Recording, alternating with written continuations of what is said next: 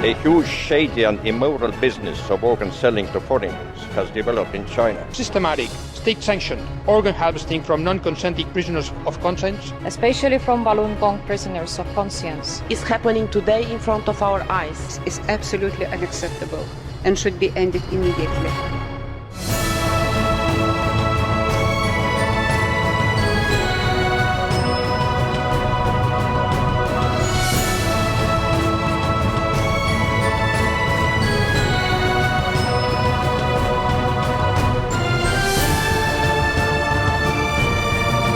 这是在欧盟这个层次啊，可能是第一个这么清楚、这么直截了当的谴责中共活在反共学园是吧？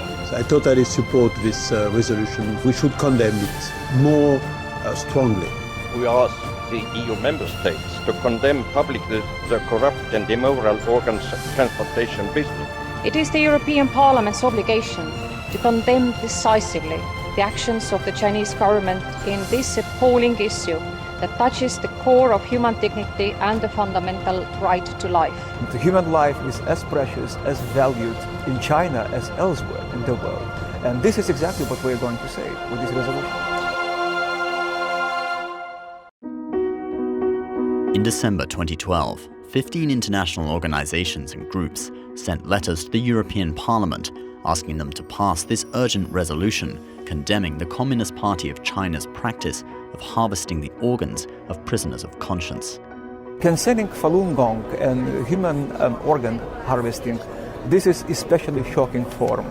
And I would say that we have to send a very clear message. For us, that is not acceptable. It must stop now, and it must stop everywhere and against anybody. The brutality of these allegations of forced organ harvesting crosses the line of what some people are able to accept.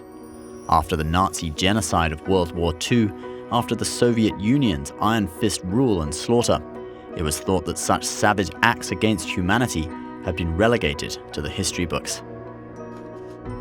It reminds me of the young Polish man who got out of Poland in 1941, having been into the death camps. And he went to London and he went to Washington to try and tell the Allies what was happening in the death camps.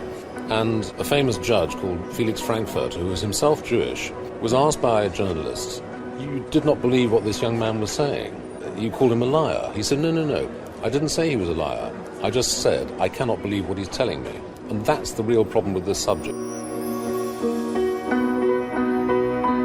In 2006, lawyer and former Canadian Secretary of State for the Asia-Pacific region, David Kilgour, and Canadian human rights lawyer David Matas launched an independent investigation into the forced organ harvesting of Falun Gong practitioners' organs.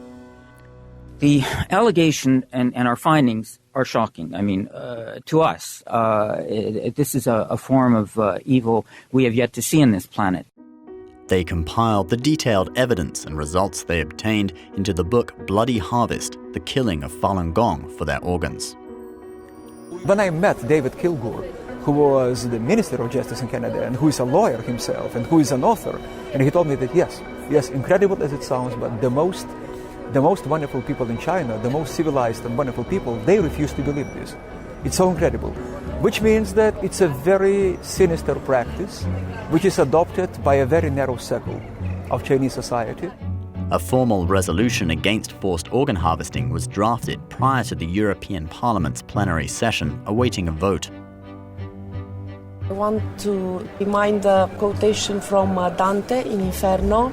The worst places in the hell are reserved for those who stay aside during the time of moral crisis. We are now in moral crisis, so we should act. we have to express our deep concern over persistent and credible reports of systematic, state-sanctioned organ harvesting from non-consenting prisoners of conscience, including from Falun Gong practitioners, according to the information I received. Imprisoned for their religious beliefs is absolutely unacceptable. The government launched a nationwide persecution to eradicate the traditional and peaceful spiritual practice of Falun Gong. This follows the principles of truth, compassion, tolerance. Diese Organentnahme, ist schockierend und widerspricht jeglicher Vorstellung von menschlicher Würde. Že je pre mňa nepochopiteľné, že národ s takou bohatou kultúrou a civilizáciou vôbec začal s takýmto dekadentným prístupom k ľudskému organizmu. Ich frage mich wirklich, sind denn die Opfer normalerweise nicht die besten Zeugen dafür, was ihnen zugestoßen ist? Oder welche Grund sollte denn Menschen haben, hier etwas Falsches zu behaupten, wenn es nicht ihnen tatsächlich oder ihren Familienangehörigen zugestoßen ist? Und das erinnert mich fast an die Zeiten, wo die Opfer von Stalins oder Hitlers Konzentrationslager nachweisen mussten, dass es wirklich so schrecklich war. Das kann doch nicht Sinn der Sache sein. Nur weil eine Diktatur sich diese Intransparenz leisten kann, dann das in Zweifel zu ziehen, das, was die Opfer uns erzählen. The resolution, which was co-sponsored by 5 of the 7 European Parliament groups and supported by 6 groups, was passed by a majority vote. The resolution recommends that the European Union and its member states publicly condemn organ transplant abuses in China and raise awareness of this issue among their citizens. The resolution also instructs its president to forward it to the European Commission, the European Council, the UN Human Rights Council, and the Chinese government. The European Parliament is the voice of 500 million Europeans. We built the European Union on values, freedom, democracy. This behavior is not accepted by the world community. Since the exposure of live organ harvesting in 2006, nearly a decade has gone by. We should have done it earlier, but I think we have learned very much during this process of support.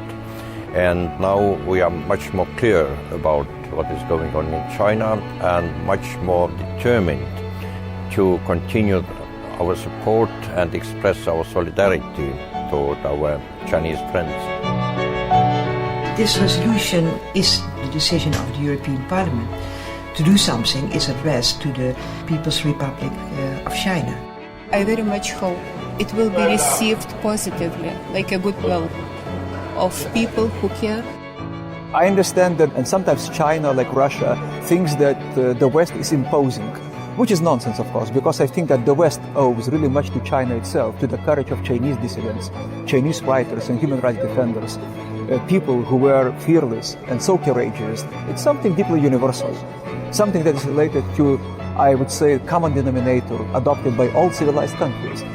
这个事情不是一个简简单单的政党之间的政治问题，其实这个问题是关系到全人类的以后未来的生存。因为人类社会没有最基本的道德观念是很难